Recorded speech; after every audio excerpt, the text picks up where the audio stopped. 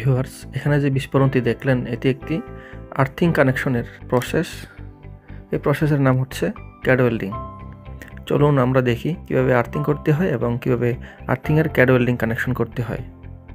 আমরা বিভিন্ন ধরনের আর্থিংয়ের কথা জানি, rod earthing, five earthing, plate earthing ইত্যাদি। এটা হচ্ছে রড আর্থিং। এই রডের দৈর্ঘ্য হচ্ছে 6 মিটার এবং এর ডায়া হচ্ছে 18 মিলিমিটার। এটি কিন্তু কপারের তৈরি। এই রডটি পুরোটাই আমরা মাটির গভীরে প্রবেশ করাবো।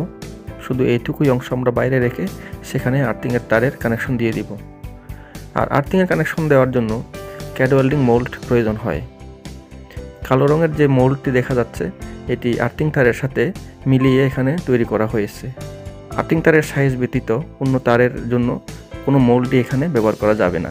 মোল্ডের ডায়াসের মধ্যে আমরা ক্যাড ওয়েল্ডিংয়ের যে পাউডার দিয়ে দিব। পাউডার দেওয়া শেষে খাবারটা বন্ধ করে দিয়ে আমরা ডিএসএলআর কাঠি দিয়ে আগুন ধরিয়ে দিব।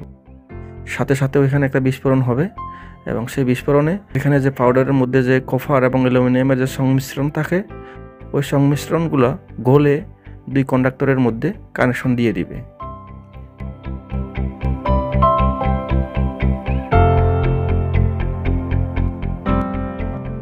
ভিউয়ার্স, দেখতে পাচ্ছেন খুব সুন্দরভাবে আর্থিং কানেকশন হয়ে গেল। ধন্যবাদ ভিডিওটি দেখার জন্য। ভালো লাগলে লাইক, কমেন্ট এবং শেয়ার করতে ভুলবেন না। টাটা।